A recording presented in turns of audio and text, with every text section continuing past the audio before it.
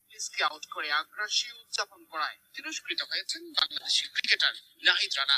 তাকে তিরস্কার করার পাশাপাশি ডিমেরিট পয়েন্টও দেওয়া হয়েছে, যা নাহিদ রানার জন্য 24 মাস সময়সীমার মধ্যে দ্বিতীয় ডিমেরিট পয়েন্ট। 9 জুন বাংলাদেশ অস্ট্রেলিয়ার প্রথম ওয়ানডে চলাকালে অস্ট্রেলীয় ব্যাটার জশ ইংলিশকে আউট করেন নাহিদ। এ সময় আক্রমণাত্মক ভাবে তার দিকে এগিয়ে যান, যা ক্রিকেটীয় স্পিরিটের পরিপন্থী।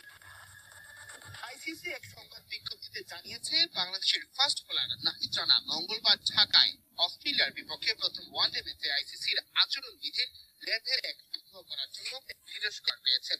নাহিদকে আচরণ বিধির আর্টিকেল 2.5 ধারা দোষী সাব্যস্ত করা হয়েছে।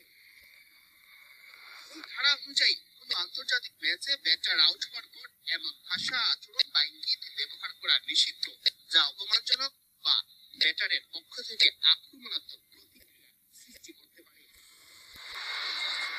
পুরস্কারের পাশাপাশি নাহিদের রেকর্ডে একটি ডিমেরিট পয়েন্ট যোগ করার কথাও জানিয়েছে বিশ্ব ক্রিকেটের নিয়ন্ত্রক সংস্থা আইসিসি। এই মুহূর্তে নাহিদের নামের পাশে 2টি ডিমেরিট পয়েন্ট রয়েছে। নাহিদ অবশ্য নিজের অপরাধ স্বীকার করেছেন এবং শাস্তিও মেনে নিয়েছেন, তাই আনুষ্ঠানিক শুনানির কোনো প্রয়োজন হয়নি। অনফিল্ড আম্পায়ার অ্যালেক্স ওয়ার্ড, কাজী সোহেল, তৃতীয় আম্পায়ার আহসান রেজা এবং চতুর্থ আম্পায়ার মুর্শেদ আলী খান অভিযোগটি উত্থাপন করেন। ঘটনাটি ঘটে অস্ট্রেলিয়ার ইনিংসের 11তম ওভারে। জশ ইংলিশকে আউট করার পর নাহিদ আক্রমণাত্মক ভাবে তার দিকে এগিয়ে যান এবং